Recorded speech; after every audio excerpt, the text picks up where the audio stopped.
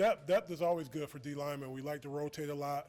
A few guys banged up right now, and we got some guys coming in the summer. But right now, I think it's good for a lot of guys. Our numbers are low. They're getting a lot of reps. Guys who usually don't get a lot of reps in the past. Ruquan Buckley, Herbick, those guys, Prince Will, the young guys, Cam Linhart, those guys that just got here, Kai Wallen. It's good for those young guys to get a lot of reps. So right now, those guys are just focused on getting as many reps as they can, working on their technique and getting better to improve the group. What's your message to someone like Ruquan, who he's been around a couple of years but hasn't played a lot, but he's got a fresh start? Yeah, that's exactly what it is, a fresh start for him. With a new coaching staff, everyone's on a clean slate. And he's done a great job. He's got his weight down.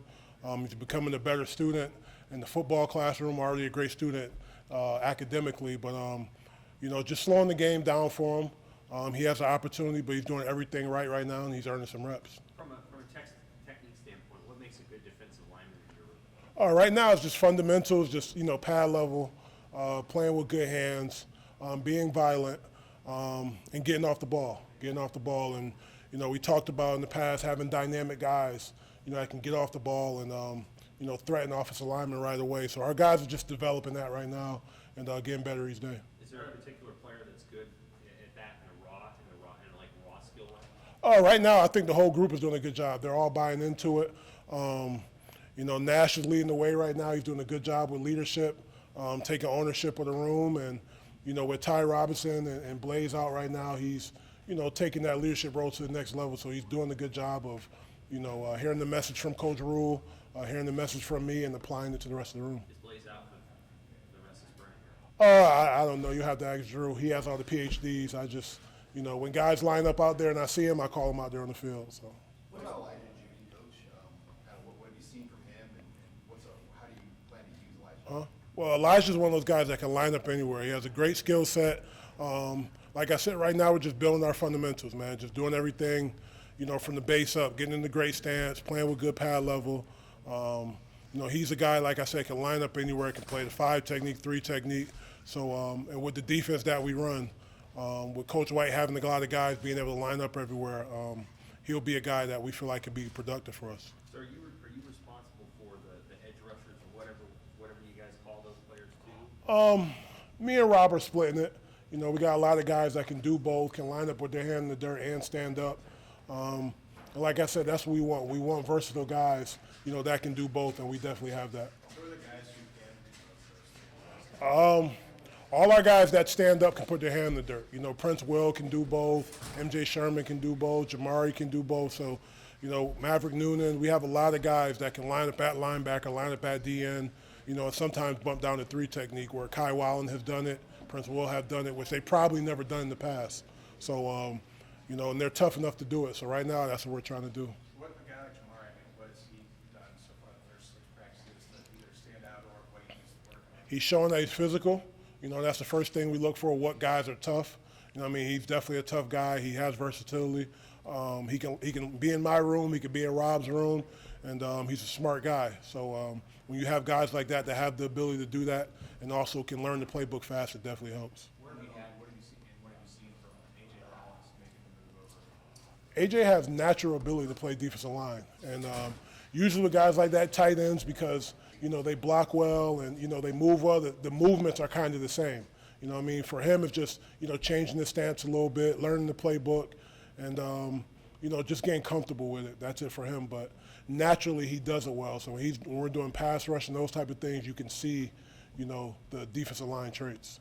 What's his enthusiasm level for making that switch? He's all for it. He's all for it. The guys believe in Coach Rule, and, he has a history of moving guys' position, for the better. So he's doing a great job with it. He's a smart guy, so he'll pick up on it quick and, just trying to get him a lot of reps so he can see himself and so he can improve. Coach, when you watch Nash's tape from last year, what are some of the areas that you think he needs to really improve on? And what are some areas that you think he's pretty good at? Yeah, so when I first got here, I knew he was a big, stout guy, right? He can play the run, but, just trying to help him elevate his game to the next level, showing his athleticism, getting on the edge, not just being a 2-gap guy and being the guy who can move and get vertical and play in the backfield. So he's bought into it. His body is changing. He's losing some weight. So that's helped. Yeah, he mentioned that he wanted to kind of reshape his body and shed some pounds. What is that benefit? It helps him on his movement and how we're going to play on defense, running to the ball every play. He's definitely going to have to drop a few. And he'll do that naturally. And with the nutritionist and, working with Corey and just the way we practice, he'll be in elite shape and be ready to go, and I really believe that. Coach, how's it gone just blending the new staff together, new players? I mean, obviously these first 6, there's been a lot of things you guys have been able to cover. I mean, how's that all gone? Well, right now we're all learning, you know what I mean? And Coach Rue does a good job of keeping his coaches on their toes and the players as well. And we have a what's next mentality, and we just go out there and we're prepared for anything. Tony talked about kind of focusing on mentality right now. What type of mindset do you lack? Gritty playmakers, you know what I mean? And that's the mentality we're going to have. And gritty for me is just doing everything the tough way. You know what I mean? If you're getting double teamed, you're fighting through it. You know what I mean? If the ball is 20 yards away from you, you're fighting through it. But at the same time, we want to go out there and make plays and play in the backfield.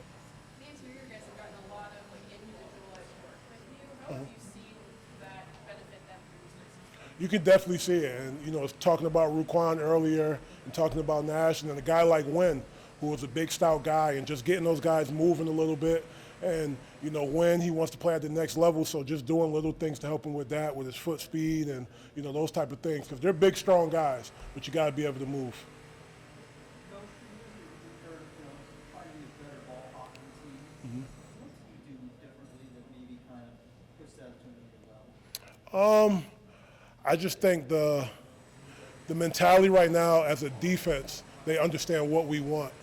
So there's a lot of leadership in the defensive room, and they're pushing those guys to make sure we're running to the ball, we're attacking the ball, we're all speaking the same language. If a ball's on the ground, it's ours, we're picking it up. And just relaying those messages to the guys, from Coach Rule to the rest of the coaching staff, and now the leaders are starting to do it. So you see it picking up as a group when the pairs are pushing their pairs to do it. Both. Right now, there's a certain technique we have to pick up the ball when it's on the ground, but you have to have the mentality to attack the ball as well. So it works hand in hand. How many guys do you have kind of bouncing between the D-line room and the linebacker room, and how do you work that balance? Every day it changes.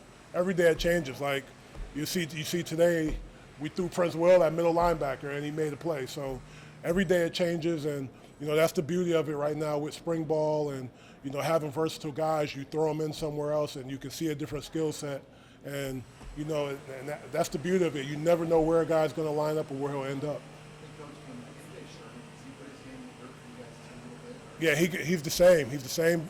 You know what I mean? And he's a more experienced guy. He knows how to rush. He can line up with his hand in the dirt. He can rush through the middle. He can rush off the edge. And he's a guy I'm excited about from day one where he got here to where he is right now. He's a guy that is probably a perfect example of a guy who's improving each day. Is that the beauty of this scheme? There's a lot of intermixing you can do, a lot of interchangeable parts that aren't necessarily locked in. Yeah, a lot of guys moving around, but it's a tribute to the players that they're in the playbook, they're learning the defense.